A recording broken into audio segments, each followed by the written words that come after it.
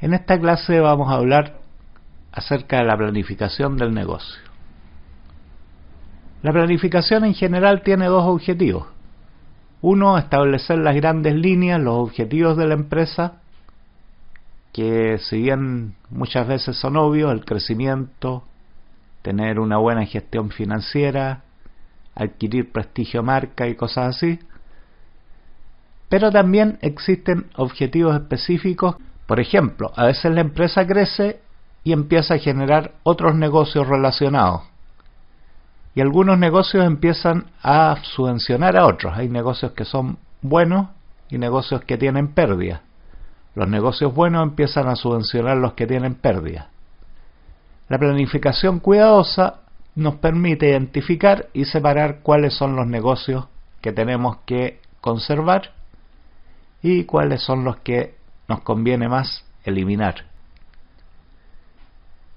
La planificación en la empresa se da en dos niveles. El primer nivel es estratégico, de las grandes decisiones, y el segundo nivel es de control financiero.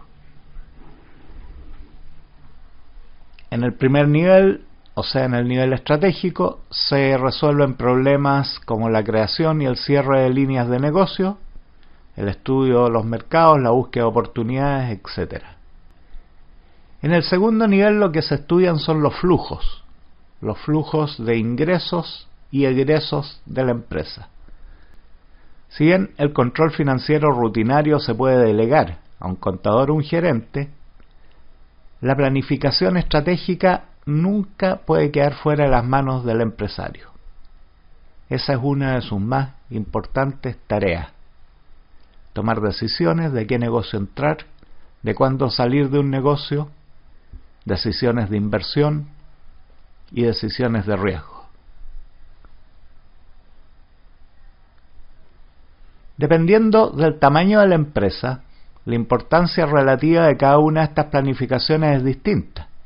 En las empresas pequeñas el control operativo financiero es muy importante, porque son empresas que tienen flujos no muy constantes, tienen flujos discontinuos y corren el riesgo de quebrar con gran facilidad en el momento que se pierde el control de los flujos.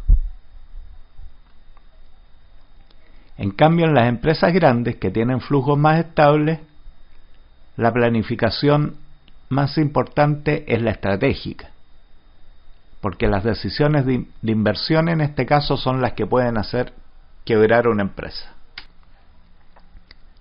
El objetivo de planificar entonces es fijar metas y objetivos, controlar si estos objetivos y estas metas se están cumpliendo. Existen los planes de corto, mediano y largo plazo. Típicamente un plan de corto plazo es de un mes, un plan de mediano plazo es de un año y un plan de largo plazo es de 5 o más años. Mientras más largo sea el plazo, más importante es para el empresario su cumplimiento, porque las consecuencias de una meta de largo plazo generalmente son mucho más grandes. Por ejemplo, podemos tener una meta mensual que no se logre y no tendrá gran efecto porque al otro mes se puede recuperar. Pero una meta de 5 años que no se alcanza es para preocuparse seriamente porque puede tener efectos muy grandes sobre el manejo de la empresa. Cuando existe un plan, cada uno sabe exactamente cuál es su tarea y cuál es el rendimiento que se espera. También el empresario debe planificar su propio tiempo. Cito aquí del libro Manual del Pequeño Empresario: una característica esencial de los empresarios es su capacidad para trabajar de manera organizada. A otros puede parecerle que son muy desorganizados, pero lo cierto es que la mente subconsciente de casi todo empresario está siempre atenta. El tiempo es un capital muy especial, todos lo tenemos y solo podemos gastarlo. El tiempo no se puede ahorrar, el tiempo pasa igual para ricos y pobres, y por el tiempo que perdemos jamás podemos volverlo a recuperar. Bajo estas condiciones es asombroso cuán poco cuidamos nuestro tiempo y es el ejemplo más claro de lo que no nos cuesta, no lo valoramos. Cito nuevamente: recuerde que una de las pocas cosas cuyo dominio está casi totalmente en sus manos es el uso del tiempo. Usted no puede elegir entre gastar o no gastar su tiempo. El tiempo es uno de sus recursos más valiosos, pero no tiene más remedio que gastarlo. Aunque no hay regla fija entre lo que significa aprovechar bien o mal el tiempo, una buena guía es lo siguiente. Sin ganancia, su empresa moriría.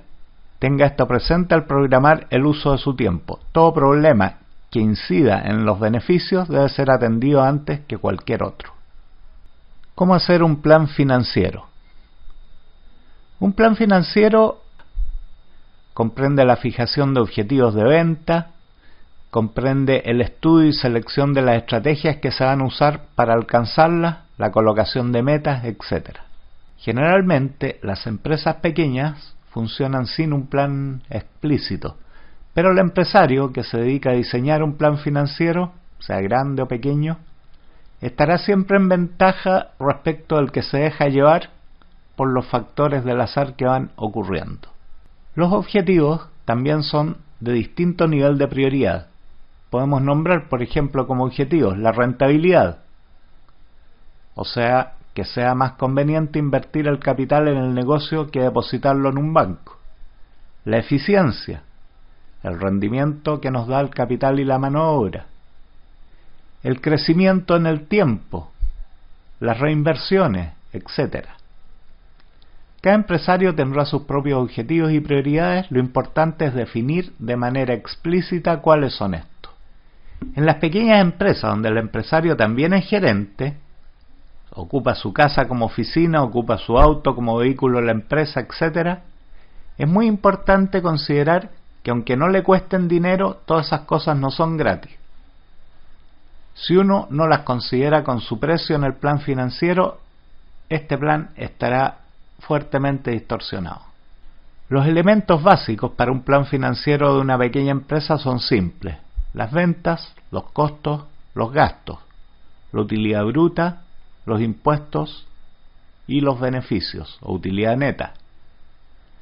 Sin embargo, son muy pocos los pequeños empresarios que fijan metas y controlan esas variables de manera regular.